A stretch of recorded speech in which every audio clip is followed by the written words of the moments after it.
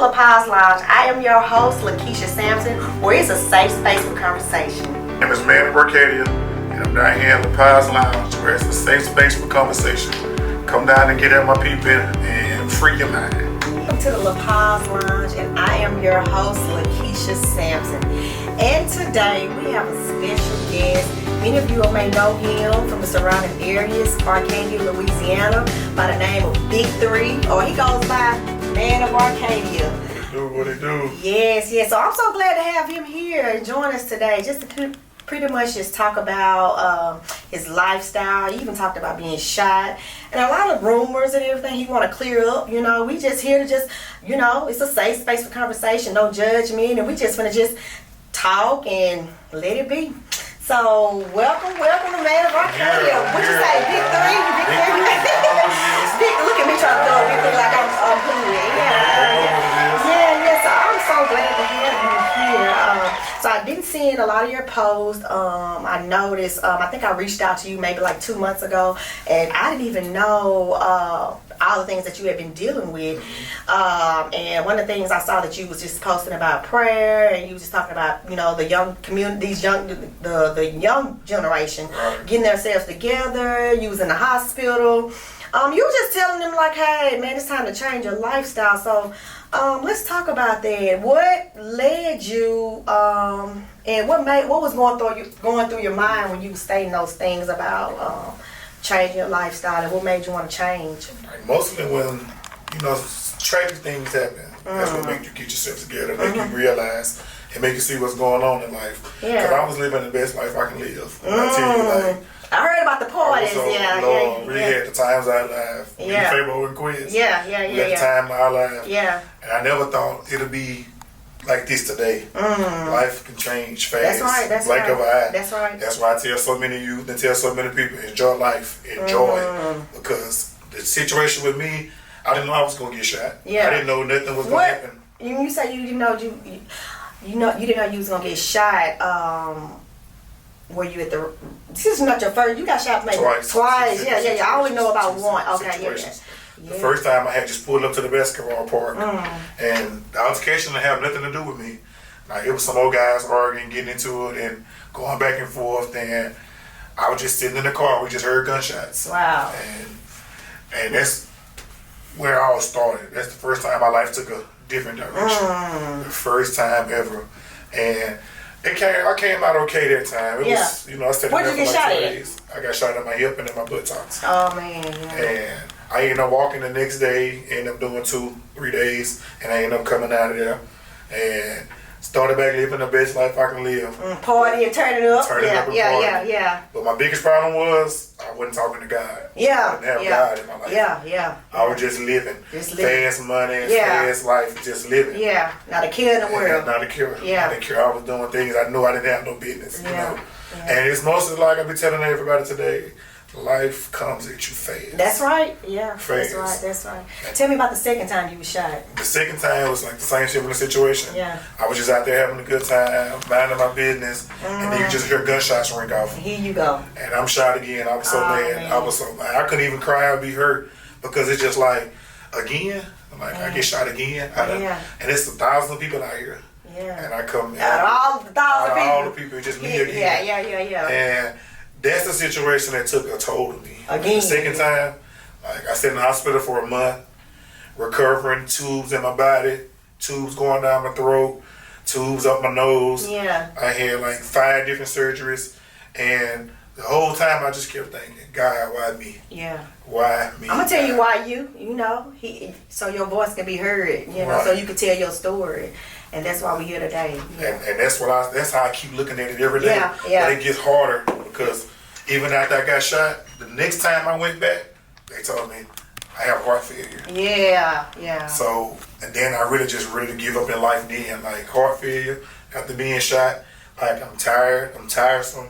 Yeah. Like, and I'm telling the doctors, once again, why me? Yeah. And then you hear about all this gun violence going on in the community too, you know. And a bunch of it now. It wasn't like this, you know, when we was coming up and throwing parties. Yeah. It was everybody in the club dancing, having fun. Yeah. But that's why I tell kids today, y'all don't know what it's like. It's fun to do the shooting. Yeah. But it ain't fun getting shot. Yeah. I'm gonna tell you now. Yeah, like yeah. it's not fun. Yeah. Like it took forever the second time it was the worst. Yeah. Like, and the tools miss. Like people don't know the aftermath was worse than getting shot. Yeah.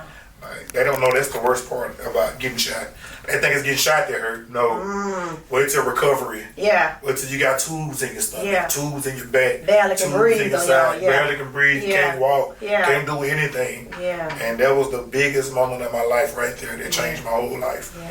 And I remember just seeing on Facebook, man, I was like, you made a post. And at the time when you made the post, I didn't even know you was in the hospital. You was posting from Facebook in the hospital. And you was like, wow, my friends there. You was just, seemed like it was a cry. Like, man, you know. Because they don't, like, being in the hospital, it make you feel like that. Yeah. You just sitting in there, none but you and the nurses. Yeah. None but you and doctors. They steady coming in the room every 5 to 10 minutes, giving you shots, taking your blood, Yeah. giving you medication.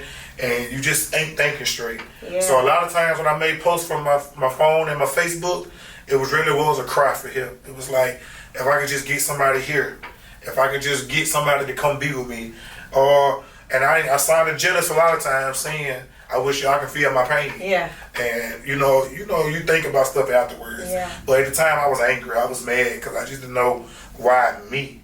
Do you think, this is me, do you think that, and y'all look, we ain't having church, but I'm gonna throw God in every now and then, and he said that I heard him say that he didn't have God at the time. Do you think that was a time God had to sit you down so you can hear from him? I know there's a time. Yeah. So how's your relationship with him now?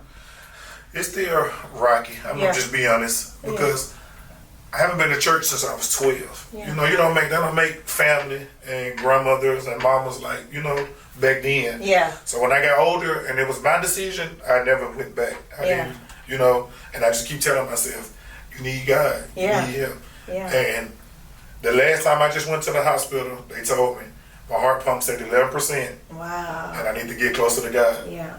Yeah. And he didn't say it in a bad way. He was just telling me, get your family and you need to start praying. Yeah. Because it's mostly like it's getting, it's not getting better. Yeah.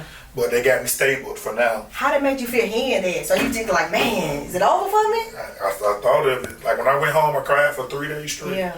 I'm calling my mama every night on the phone, just crying. Like, I'm scared to go to sleep. I saw you made a post. I'm scared to go to sleep. It's still like that now. Like I don't sleep at all. I sit up 24/7 a day probably. Yeah. You can call me any time of the day. I'll be up because I don't want to close my eyes and not wake up. Yeah.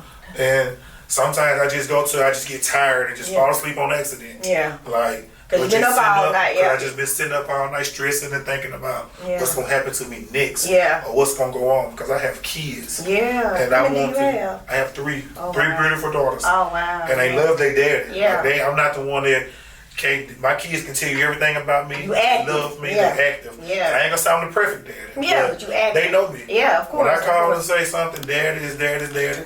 I just seen one of my girls this morning ran straight up to me, daddy. Yeah. So that's what you think about when the decision I'm going through and got to make now.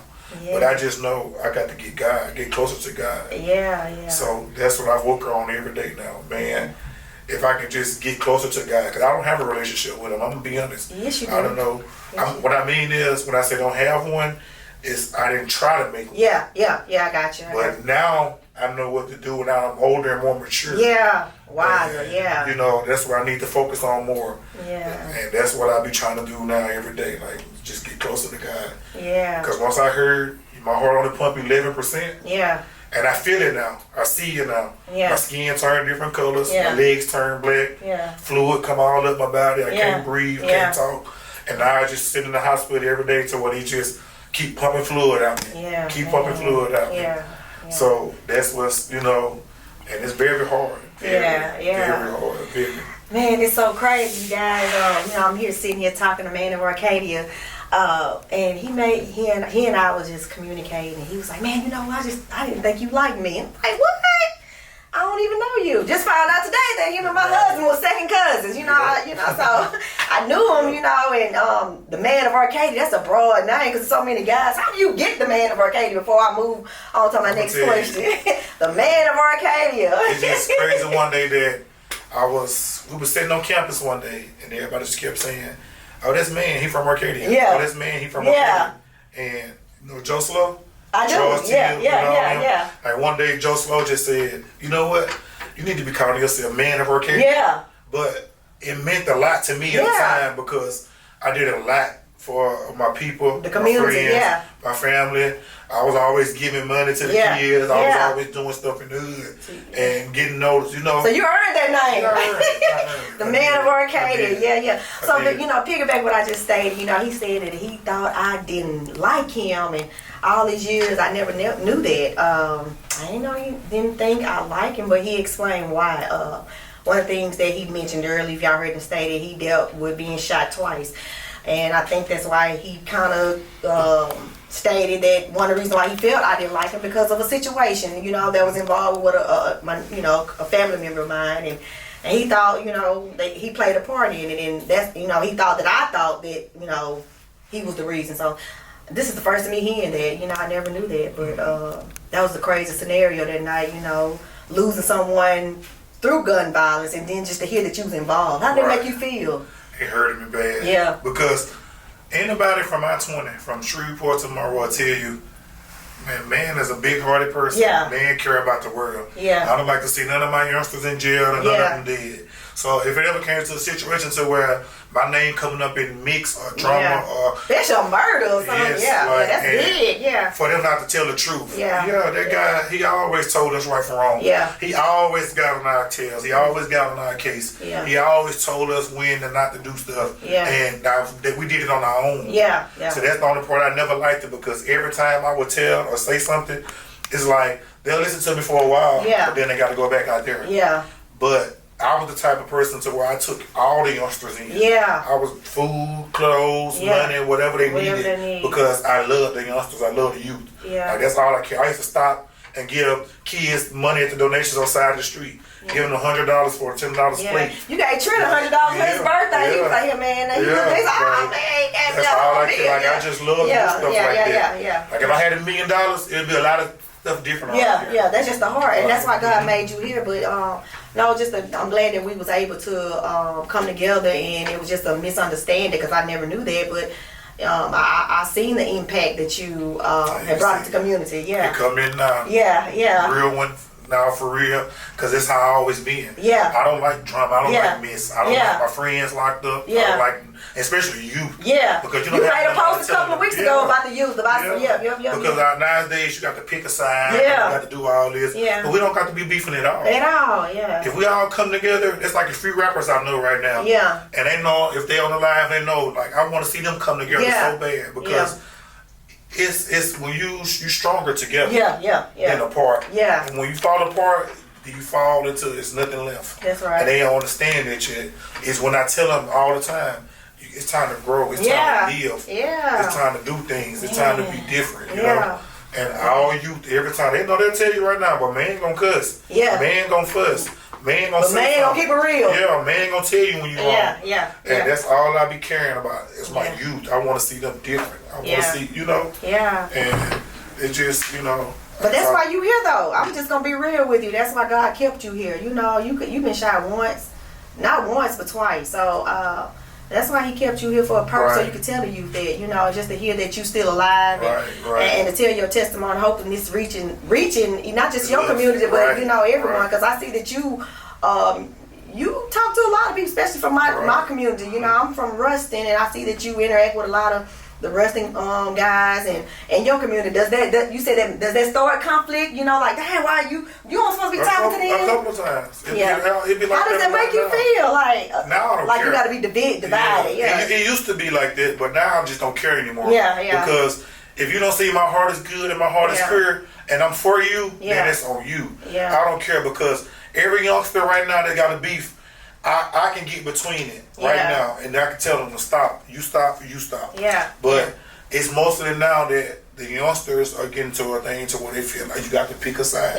And I'm not picking a side. I'm telling you, if I love you from... That's the new man. 3 years, the old man would have been like, I'm with my... I would have told him the same thing. So even when the situation... My first ever altercation was with Arcadia and Wrestling. A long time ago. And I was always like that back then. Didn't care. We're not doing it. We're going to all come together, be friends. Even when, I'm going to tell you how much of an impact of a person I was.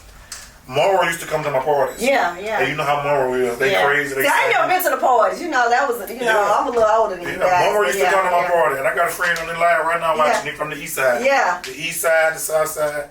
All them, they always get into it and whatever. But they used to come way to the ground and act right. Y'all know men not going for that. We're going to come in here, we're going to have fun, we're going to go home. Yeah. Whatever happened in Moro, that happened in Moro. Yeah. Or even in Shreveport, when Shreveport used to come to my parties. Let's tell all them, we're not going to beef, we're not going to do none of that. You had them nationwide, everywhere coming from. Yeah. Like I'm going to say, me and the twins. Yeah. I remember about the parties. You know, my nieces, them used to be at your parties. Big three. I'm like, who is Big Three? You know, I know the twins, but I'm like, who is Big Three? See, they don't make it like that no more. You just have fun. Yeah. That's when, the X-Pills was the best thing. Everybody just having fun in the club. Not caring, So when you was partying, you said that you living your best life, turning up, doing whatever you wanted to do.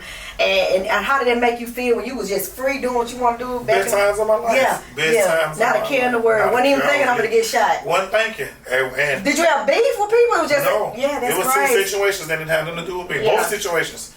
I wasn't even, the second time I got shot, I wasn't nowhere near. The dude shot from the road and hit us. Hit you, out of all the people. And then the first time sitting in the car, as I'm pulling up, you just hear gunshots. And the dude, he was, targeting, was running past my car. Yeah. And he just kept shooting. The dude jumped on the opposite side of my car. Man. And he just kept shooting. Yeah. So it's mostly like I wasn't thinking nothing about like me shot. Yeah. That's like everybody, even when it happened. And all the people, man, No, man ain't shot. Yeah.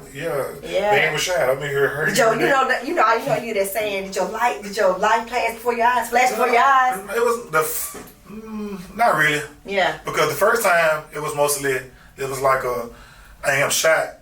But my friends arguing me down, I wasn't shot. Yeah. But what it's called, like when the blood build up in you. Yeah. It wasn't leaking on the outside. It was just building Internal up. bleeding. Internal bleeding. Uh-huh. And I didn't know. I'm telling them though, but I'm shot. I'm telling them I'm shot.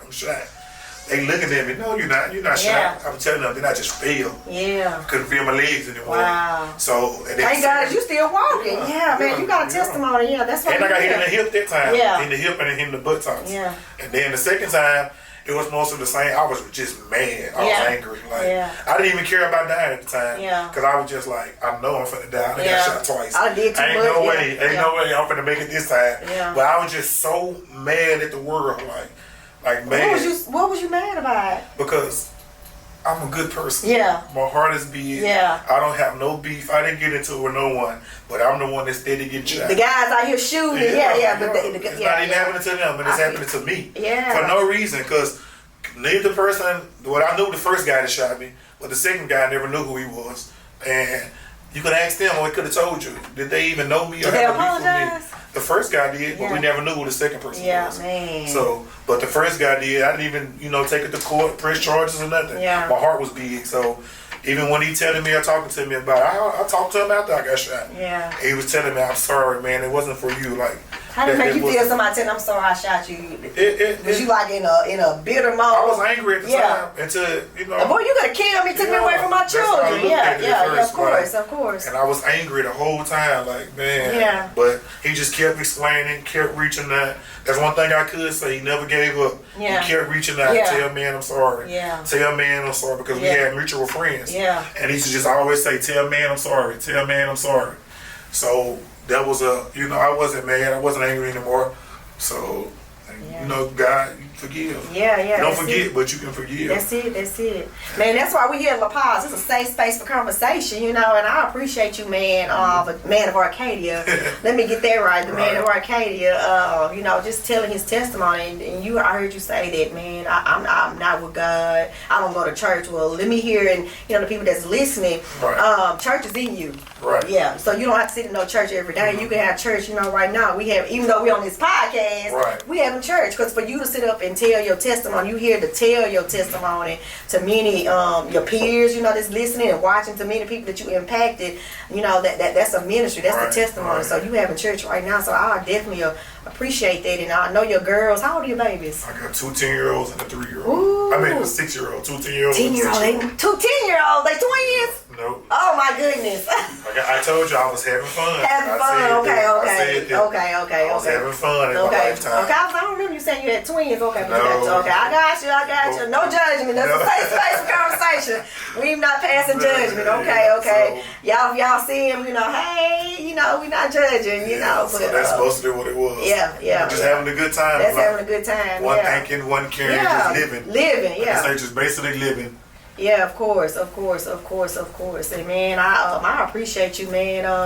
What do you got to say to the community? What do you have to say to your peers, Arcadia surroundings, Ruston, Monroe, people that's listening to you right now? Enjoy life. Enjoy life. Don't enjoy it too life, because you remember what happened to you. Still, but I'm saying that was a good part of my life too. It just responsibilities came with it. Yeah. So, but enjoy life, live your life to the fullest. Yeah. Leave the beef, leave the drama. Yeah. Leave all that alone. Yeah. Because you're gonna be like me, sitting around every day stressing and wondering why.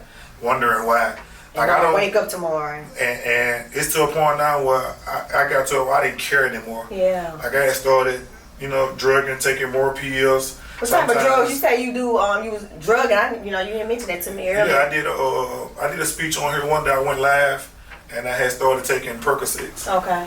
And I got addicted, got strong to them, and couldn't let them go. Yeah.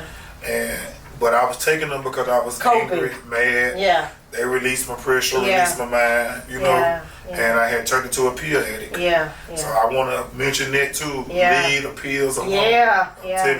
And like I do on a counseling agents, but we do hear that a lot. A lot of people that we hear that do get involved with substance abuse, whatever your choice of drug is, sometimes you trying to cope. Right. And basically you trying to cope. Right.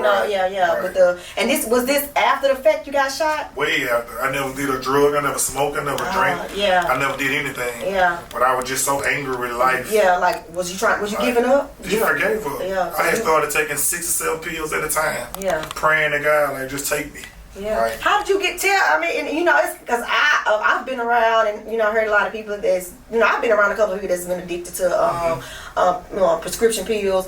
Did you just go cold turkey? Like how did you so you're not taking them anymore, right? No, I don't want to say that. Okay. But it's mostly I tried. Yeah. I relapsed. So it's easy to say, don't take them again, don't do them again. But the life that I was living in I felt like I needed them at the time because I couldn't stop thinking. I couldn't stop going. I couldn't stop crying. Like, God, why am I die? Like, why me? And you consider seeking therapy? I mean, look, I'm just saying, was that an option? Yes. Yeah. But it was mostly I didn't care. Yeah. Until I had started giving up. When the doctor told me your heart pumping 11%, wow. and you need a miracle. Yeah. And that's what he told me. You need a miracle. Wow. And I took more and more then. Like it just hurt in my feelings. Yeah, it hurt in my heart. Man. So it was mostly like, man, God, if I could just do anything, but hearing the doctor, even though the doctors don't last, they don't have the last say. That's right. But it just is your heart still at 11%. Wow. I got 11%. So what activities that you can you does it hurt? Because I know you like to play basketball. I knew that was one of you. So that's something that prohibits you from doing. You can't play any kind of sports or do anything that's gonna cause you. I have a pacemaker too now. Yeah. I have a pacemaker. Wow. And the only thing I can do now is walk up and down. Yeah. And I still do anything I want to do. Yeah. It's just the fact that, God got the last say. That's it. I'm not going to sit here and keep just sitting around moping and feeling sorry for myself. Yeah. And want people to feel sorry for me. Yeah. But you need to just tell people. Yes, Yeah. So you said you was this after the doctor told you, your heart rate is beating at a certain percentage, and then you still taking pills. Yes. Wow. Because it was like, I told you I didn't care anymore. Yeah. I just, it hurted more and more. And then when he said it, the first thing I did when I left hospital, I went and took 8 pills. Yeah. Because it's just like, I just can't keep dealing with it, coping with it. Did you think about your girls? That's what made me just sit back and say, because I know I've seen you make, especially it was one post, it was years ago, and you and your baby girl was dancing. Yeah. So, well, they're more older now. That was the video I remember from years ago. They're more older, they're more mature now. Yeah, they need you. You don't want to give up if it ain't your time. Yeah. And it just kept saying to myself, like, man, you're gonna be okay. You're gonna just keep fighting. Because right now that's what I need. I'm giving it a fight. and they told me even with the 11% rate, it's like I got too much fluid leaking. So that's the biggest problem. I got fluid leaking from my heart, and they trying to keep it from covering, going too far and building up on me. So that's why I have to go to the hospital and check in for a week or check in for 2 weeks until they finally get some fluid off me. Yeah. And now that'd be the hard part. Just getting stuck every day. Yeah. I got so many scars on my body Yeah. from just needles everywhere in me. And but I done you'll survive. I'm gonna tell you that, Yeah. and I'm glad that to have you here on the LaPaz Lounge. I'm just telling your story, and y'all heard it from this. You're only one truly man of Arcadia. What you say? Well, we took our picture, big three. Big so, three. Yeah. So I just thank you for coming on the LaPaz Lounge, joining us. Anything before closing remarks before I let you go? Anything else you want to say before we end this? Enjoy life. Enjoy life. Enjoy life. Enjoy life. The beefing, the guns, the killing, just let it go. Let it go. It ain't worth it. Yeah. Because I'm a victim of getting shot. Yeah. And it's good when you think you're doing it until the tables turn. Yeah. Like, just let all of it go, kids. So my youngsters, enjoy life. Absolutely. All right, well, we thank you again. Thank you for joining us, and we'll see you soon. Peace Bye. out. Peace All out. right,